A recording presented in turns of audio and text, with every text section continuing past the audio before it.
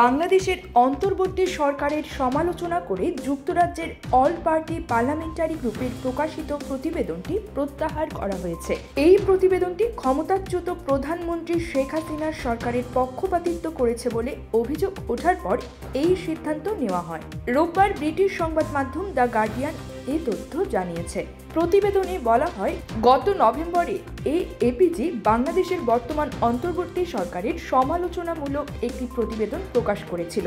তবে ওই প্রতিবেদনে উল্লেখিত তথ্য সঠিক নয় এবং পক্ষপাত দুষ্ট বলে অভিযোগ ওঠে।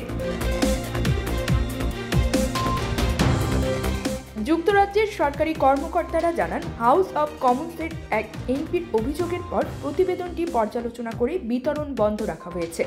এটি বর্তমানে অভ্যন্তরীণ নথি হিসেবে বিবেচিত হচ্ছে।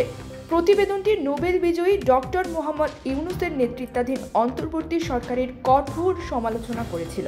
এতে দাবি করা হয়, সরকার আইনকে রাজনৈতিক হাতিয়ার হিসেবে ব্যবহার করছে এবং উগ্রপন্থী ইসলামিস্টদের পৃষ্ঠপোষকতা দিচ্ছে।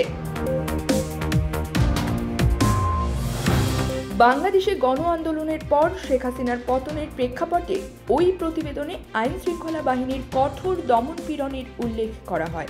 এতে বলা হয়, এই দমন-পীড়নে আনুমানিক 1000 মানুষের মৃত্যু হয়েছে। তবে বিশেষজ্ঞরা প্রতিবেদনের বস্তুনিষ্ঠতা ও নিরপেক্ষতা নিয়ে প্রশ্ন তুলেছেন।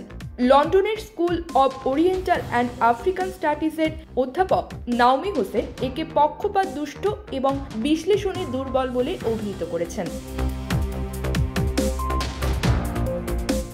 বাংলাদেশ সফর শেষে লেবার পার্টির MP Rupa Huq house of কমন্সের প্রতিবেদনের কড়া সমালোচনা করেন।